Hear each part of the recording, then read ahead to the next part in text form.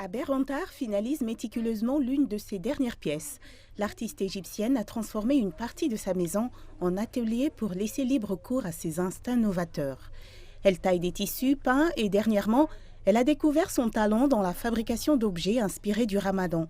Cette année, elle a fusionné des récipients d'eau traditionnels égyptiens avec l'art oriental pour fabriquer des lanternes.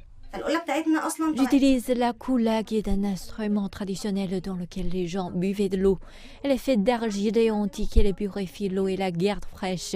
Bien avant la création des réfrigérateurs, on ne l'utilise plus de nos jours sauf comme objet décoratif dans les maisons. En Égypte, les lanternes sont associées au Ramadan depuis le califat fatimide il y a plus de 1100 ans. Aujourd'hui, les lanternes représentent des cadeaux courants pour les enfants pendant le mois sacré du jeûne. Pour répandre l'esprit joyeux du Ramadan, Aber essaye de rendre chaque lanterne koula spéciale. J'essaie autant que possible d'innover dans chaque pièce, beau que chacune soit unique.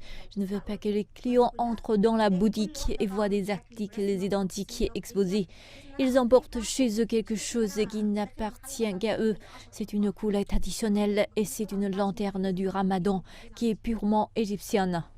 L'Égypte avait l'habitude d'importer chaque année des lanternes d'une valeur de 15 millions de dollars.